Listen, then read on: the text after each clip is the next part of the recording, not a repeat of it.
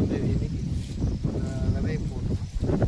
ஆனால் செடி நீளமாக வளர்ந்துருக்கு, காய் கம்மியாக இருக்குது. இது வந்து குச்சிக்குள்ளே மரவள்ளி கிழங்குக்குள்ளே ஊடுபயிராக வச்சுருக்குறோம். காய் பார்த்திங்கன்னா 2, 4, 6, 8, 10, 12, 14, 16, 18 காய் தான் இருக்குது ஒரு செடிக்கு.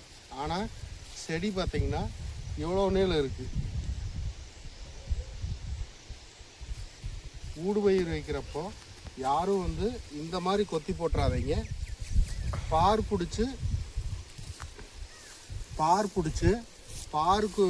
பார் மேலே போடுங்க. ஊடுபயிரை வைக்கிறப்பல தான் இந்த மாதிரி பரவலாக போட்டுறாதீங்க. பரவலாக போட்டால் நிறையா பிரச்சனைகள் இருக்குது.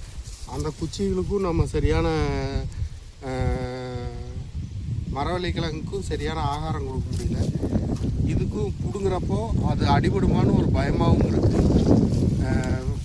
அதனால் நீங்கள் எப்போ பண்ணிங்கனாலும் ஊடுபயிராக பண்ணுறப்போ மெயின் பயிராக என்ன வைக்கிறோமோ அதுக்கு தகுந்த மாதிரி நீங்கள் பயிர் நடவு பண்ணிக்கோங்க.